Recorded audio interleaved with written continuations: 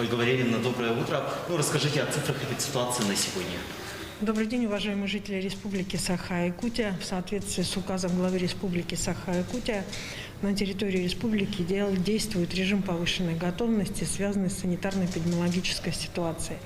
В настоящий момент санитарно-эпидемиологическая ситуация остается напряженной. За прошедшие сутки выявлено 79 новых случаев новой коронавирусной инфекции.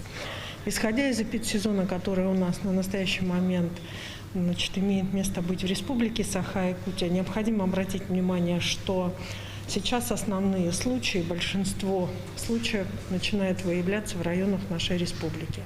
Сегодня в городе Якутске примерная стабильность и 40 случаев выявлено. В Мирнинском районе 7, в Татинском 6 случаев, в Алданском, Верхневилюйском, Мегино-Кангаласском и Хангаласских районах по 4 случая. В Среднеколымском и Чурапчинском по 3 случая, в Вилюйском, Жиганском районах по 2 случая. Наши медицинские организации вместе с управлением Роспотребнадзора по Республике Саха-Якутия работают по выявлению всех ближайших контактов и, соответственно, выдаче соответствующих предписаний для их изолирования. За последние сутки зарегистрирован 1 летальный случай.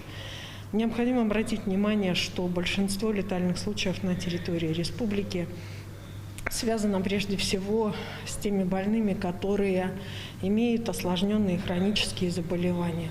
И, соответственно, это в основном группа риска граждане старше 65 лет. И поэтому я еще раз обращаю ваше внимание к детям. Я обращаюсь к тому, чтобы берегли своих пожилых родителей, старших братьев и сестер. Сегодня это действительно достаточно важно. Я хочу обратить внимание на такой момент, что лица пожилого возраста, как правило, хотя и являются стойким поколением, потомками которого мы являемся, но достаточно долго происходит сам по себе последующий процесс лечения, в связи с чем на медицинские организации ложится большая нагрузка. Сегодня мы создали весь комплекс, закончили создание всего комплекса дополнительных и инфекционных коек по ОРВИ, и дополнительных инфекционных коек по ковиду.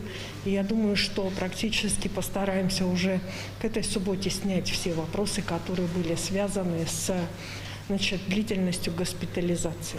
Мы также продолжаем непосредственно в пределах работать около 4000 исследований в день.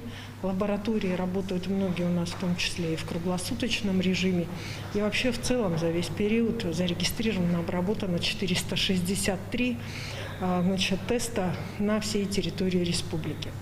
Я хочу обратить внимание, что исходя из сложившейся ситуации, которая связана и с пожарной ситуацией, которая существует на территории республики, нами сегодня принято решение для больных, которые связаны прежде всего астматиков наших, открыть отдельную горячую линию в Министерстве здравоохранения.